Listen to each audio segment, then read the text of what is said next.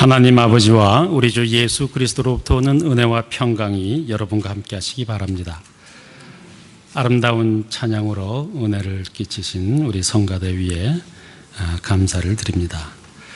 이번 주일은 팔복교회가 루터대학교 후원주일로 지내면서 저에게 설교를 또 부탁하셔서 제가 이 자리에 서게 되었습니다. 이 자리를 빌어서 팔복교회 우리 성도님들에게 간단하게 루터대학교 소식을 전해드리면서 설교 말씀을 시작하도록 하겠습니다. 저희 루터대학교는 종교개혁자 마틴 루터의 종교개혁 정신에 따라서 기독교 한국 루터회에 의해서 1966년 3월에 설립되어서 지금에 이르고 있습니다.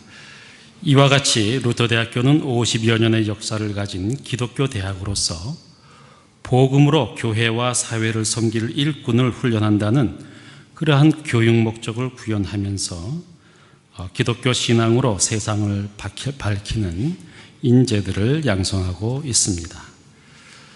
종교개혁자 독일의 마틴 루터는 비텐베르그 대학의 신학 교수였습니다. 교육자 마틴 루터는 신앙에 있어서 교육의 중요성에 대해서 이렇게 말하곤 했습니다. 그리스도인들이 복음을 바르게 전하기 위해서는 교육이 필요하고 그 교육은 다름이 아니라 자신의 신앙과 그 신앙의 근거를 올바르게 이해하는 것이 바로 교육이다라는 그런 말씀을 우리에게 남기고 있습니다.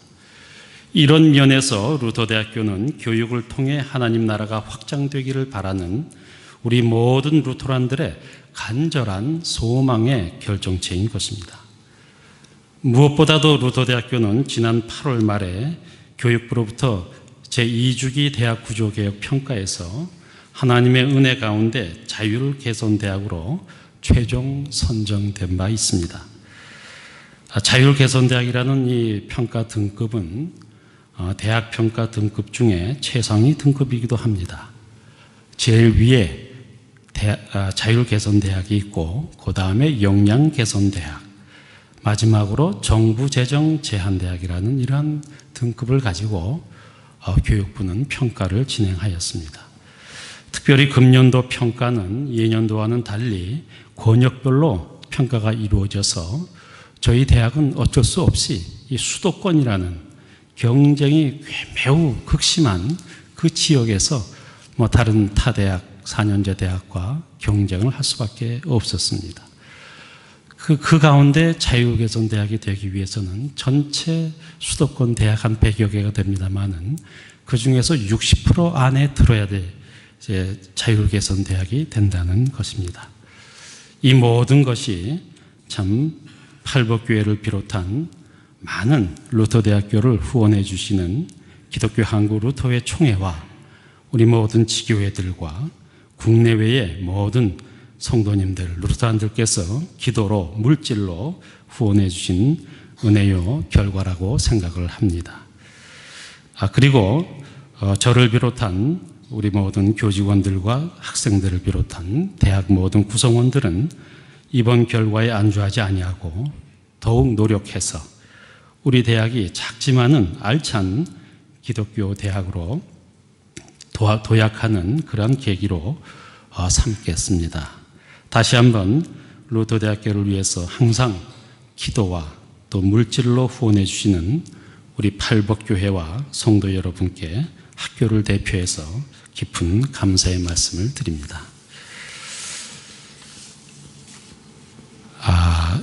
사랑하는 교우 여러분, 저는 오늘 창세기 37장 1절로 11절 말씀을 중심으로 꿈이라는 제목으로 은혜를 나누고자 합니다. 제목에 대해 조금 더 부연 설명이 하자면은 요셉의 꿈과 우리 루터대학교의 꿈이 될 것입니다. 오늘 본문 말씀 가운데 소개된 요셉은 꿈의 사람이었습니다. 그가 어느 날 꿈속에서 추수를 하고 있었는데 자기가 묶어둔 곡식단이 벌떡 일어나니 형들의 단들도 일어나서 자기 단을 보고 절을 하는 것이었습니다. 또 며칠이 지났습니다. 요셉은 또 꿈을 꾸었는데 이번에는 하늘의 해와 달과 11개의 별들이 하늘에 떠 있는데 자기를 향하여 절을 하는 그러한 꿈이었습니다.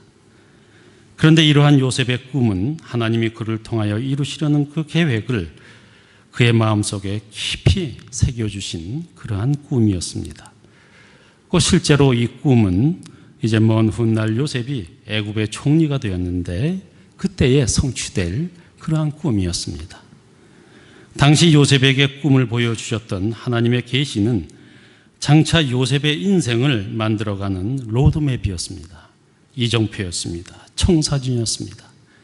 그렇지만은 아직 10대 중반, 성경의 17세 소년이었다고 분명히 밝히고 있습니다만은 어린 요셉에게는 이해하기 힘든 너무도 이상하고 신기한 꿈이었습니다. 그래서 요셉은 부모님과 형들에게 꿈 얘기를 하지만은 좋은 반응을 얻진 못합니다. 형들은 요셉을 더욱 시기하고 미워하게 되었고 아버지 야곱은 그래도 겉으로는 꾸짖기는 했지만은 요셉의 미래가 범상치 않을 것이라는 그러한 생각에 마음에 간직했다고 11절 말씀은 기록을 하고 있습니다. 그러나 여러분, 성경에는 구체적인 언급은 없었지만은 그래도 믿음의 사람이었던 요셉은 자신에게 꿈을 통해 보여주신 하나님의 뜻을 헤아리려고 기도하였을 것이고 아마도 요셉은 성장해 가면서 하나님께서 장차 자기에게 은혜를 베풀어 주시고 또 자신을 쓰시려는구나 하는 그러한 생각, 그러한 확신을 하였다고 저는 생각을 합니다. 그래서 꿈은 요셉을 아주 힘있게 했습니다. 꿈은 요셉의 삶의 희망이었습니다. 이와 같이 꿈의 사람 요셉은 말할 수 없는 환난과 역경 속에서도 꿈을 간직하면서 꿈이 어떻게 자기의 삶을 변화시키며 현실적으로 나타나는가, 이루어져 가는가를 소망하면서 기대하면서 최선의 삶의 노력을 다했던 것입니다. 다시 말씀드리면 꿈의 사람 요셉은 그 어떤 상황과 형편 가운데에서도 결코 삶을 포기하지 않으며 믿음 안에서 온전히 인내함으로써 마침내 그 꿈이 이루어지는 은혜와 축복을 누렸던 것입니다. 여러분, 육신을 가지고 살아가야 하는 우리 인생들에게는 당장 먹고 사는 문제도 중요합니다. 그러나 더 중요한 것은 사람의 내면의 생각 속에서 살아 움직이는 그 꿈이 더욱 중요하다는 것을 우리는 잊어서는 안 될 것입니다. 왜 그렇습니까? 도대체 그 이유가 무엇이란 말씀입니까? 왜냐하면 어느 한 사람이 갖고 있는 그 꿈과 이상은 그 사람의 삶의 방향, 인생의 방향을 결정하기 때문입니다. 이런 면에서 가장 행복한 삶으로서 소박하고 간소한 삶을 추구하면서 그야말로 톨스토이라든지 또 인도의 간디에게까지 큰 영향을 끼쳤다는 19세기 미국의 철학자이자 사상가인 헨리 데이비드 소로우가 남긴 그 말은 매우 유명한 말입니다. 꿈은 우리가 누구인지를 보여주는 기준이다. 이것이 바로 월든이라는 유명한 일종의 고전이죠. 숲의 삶을 그린 그러한 월든의 저자, 미국의 철학자 헨리 데이비드 소로우가 남긴 말입니다. 그리고 전년 유대인의 지혜를 모은 탈무드에 기록된 교훈의 말씀이 있는데 바로 이런 겁니다. 승자의 주머니 속에는 꿈이 있고 패자의 주머니 속에서는 욕망이 있다. 이런 말들이 과연 무엇을 의미합니까? 모두 꿈의 중요성, 인간에게 꿈이 얼마나 중요한가에 대한 깊은 통찰을 보여주고 있습니다. 사랑하는 교우 여러분, 우리는 요셉과 그 형들의 인생 발자취를 통해서 꿈이 있는 사람과 꿈이 없는 사람, 꿈을 이루어가는 사람과 꿈을 버리고 사는 사람의 차이가 어떠한지를 분명하게 알게 됩니다. 사람이 꿈이 없으면 환경이나 사람의 지배를 결국 받게 됩니다. 진리가 아닌 자신의 생각이나 세상 가치나 환경의 노예가 되어 살아가게 된다는 말씀이에요. 그러나 꿈이 있었던 요셉은 그 어떤 경우에도 그의 생각이 흐트러지거나 환경의 노예가 되진 않았습니다. 다시 말씀드리면 요셉은 그 어떤 환경 속에서도 자신의 그 기구했던 그 삶에 대해 한탄하거나 낙심에 빠지지 않았습니다. 그래서 억울하게 누명을 쓰고 어두운 감옥에까지 갇혀서 자유가 없는 노예 상태가 되었을지라도 꿈이 있었던 요셉의 생각과 마음은 항상 밝았고 소망 가운데 있을 수가 있었습니다. 여러분, 지난해 여름 8월 초쯤이라고 저는 기억합니다마는 저는 KBS의 명견말이라는 프로에 나온 그 짐 로저스, 여러분들 아시는 분들은 다 아실 거예요. 워렌 버핏이나 조지 소로우와 함께 세계 3대 투자 전문가로 유명한 짐 로저스라는 분이 참 KBS 기자와 함께 나름 한국 사회 전체 현장을 살핀 후에 한국 현실에 대해 언급하는 것을 보고 적지 않은 충격을 받았던 적이 있습니다. 당시 짐 로저스의 지적은 따끔했는데 한국의 젊은이들의 첫 번째 꿈이 바로 공무원이 된다는 것이었습니다. 그는 그 이유도 잘 알고 있었는데 한국에서 공무원에 합격할 확률이 수백 분의 1이지만은 합격만 하면 평생 안정적인 생활이 보장된다는 것이었습니다. 그런데 꿈을 가지고 도전을 두려워하지 않아야 할 젊은 세대가 지나치리만큼 안정만을 추구하는 그 한국의 현실, 이 나라의 현실은 세계 최고의 투자 전문가인 짐 로저스라는 그러한 투자가의 눈에는 역동성이 사라진 곳으로서 더 이상 매력적인 투자처가 아니었던 것입니다. 그 역동성, 긍정적인 변화를 일으킬 수 있는 그 역동성이 한국 사회에서 발견되지 않는다는 말씀이에요. 심지어 젊은이들로 하여금 꿈을 꾸지 못하게 하는 사회가 되어버린 한국.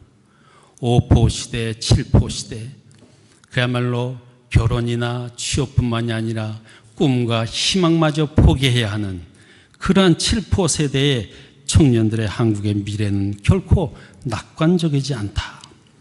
희망이 없다는 뼈아픈 예측도 서슴지 않았습니다.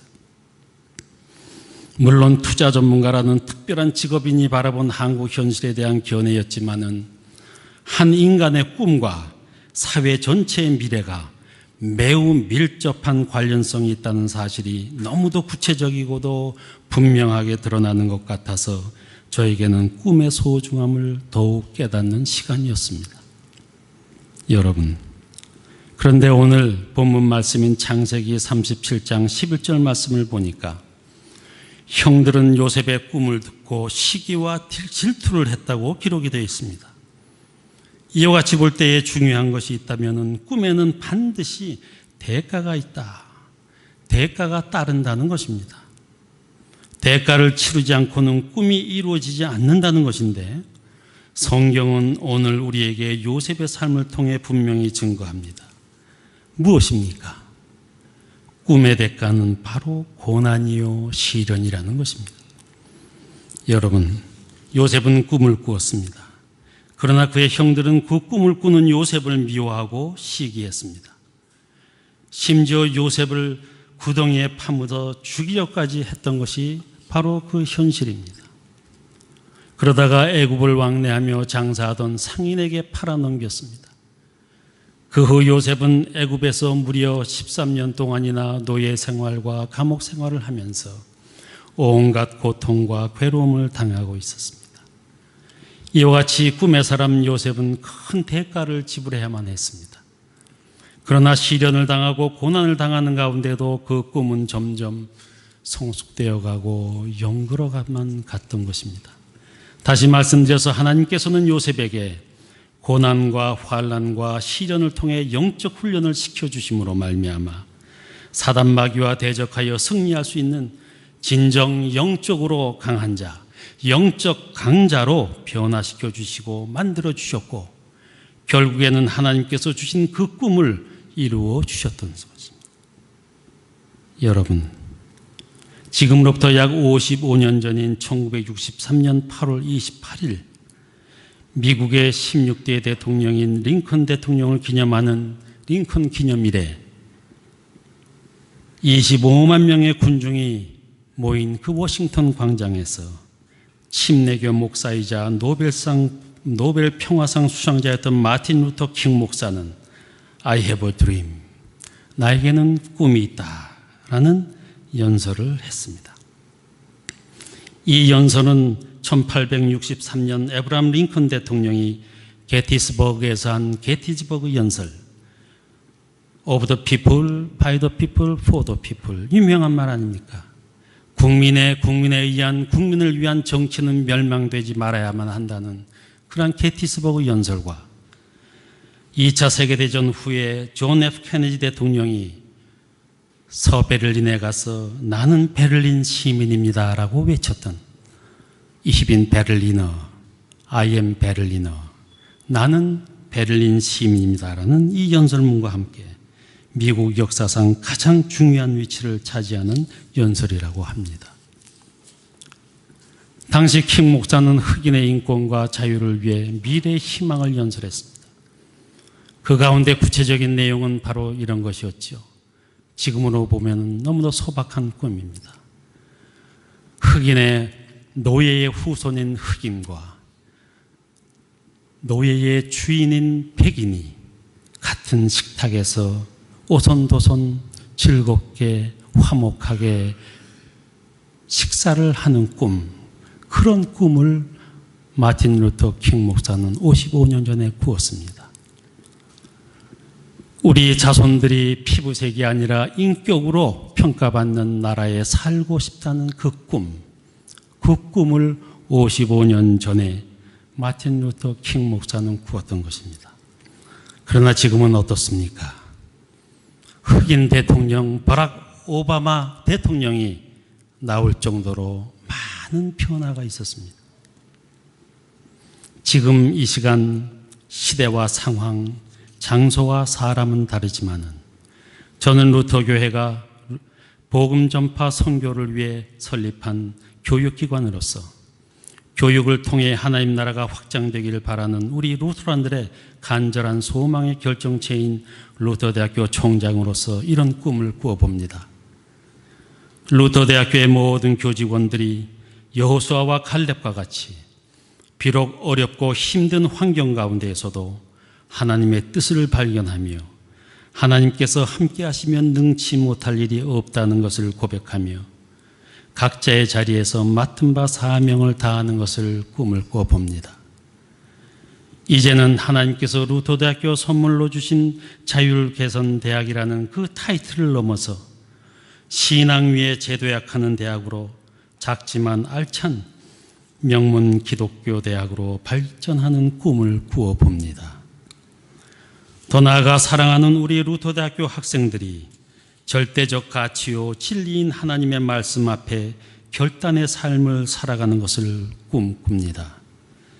그리하여 저들이 성경적 가치관으로 무정해서 이 시대를 본받지 아니하고 하나님의 기뻐하시고 온전하신 뜻이 무엇인지 분별하며 각자의 전공 지식을 통하여 발견한 소명에 따라 복음으로 교회와 사회를 섬기는 삶을 사는 것을 꿈을 꾸어봅니다. 말씀을 정리하겠습니다. 성도 여러분, 오늘날 우리를 둘러싼 국내외 정치, 경제, 사회 환경은 물론 교회 환경조차도 마치 베드로전서 5장 8절 말씀 마냥 대적마귀가 우는 사자와 같이 두루다니며 삼킬 자를 찾는 듯해서 너무나 힘들고 마치 어두운 터널에 갇힌 듯한 생각조차 들 때도 있습니다. 그러나 오늘 우리는 요셉의 고난과 꿈을 통해 한 줄기의 빛과 소망을 바라보게 됩니다. 왜냐하면 믿음의 눈으로 볼 때에 고난이나 환난은 꿈으로 가는 다리요 통로였으며 요셉 한 사람의 꿈과 그 꿈의 성취로 인해서 온 가족이, 그 가문이, 그 나라와 민족이 회복되는 축복을 누렸기 때문입니다. 이 시간 바라기는 우리 모두 요셉과 같이 신실한 믿음 가운데 나 자신과 가정, 그리고 나라와 민족, 더 나아가 교회의 회복을 위한 꿈의 사람들이 되시기를 주님의 이름으로 축원합니다. 모든 지각에 뛰어난 하나님의 평강이 그리스도 예수 안에서 너희 마음과 생각을 지키시리라. 아멘.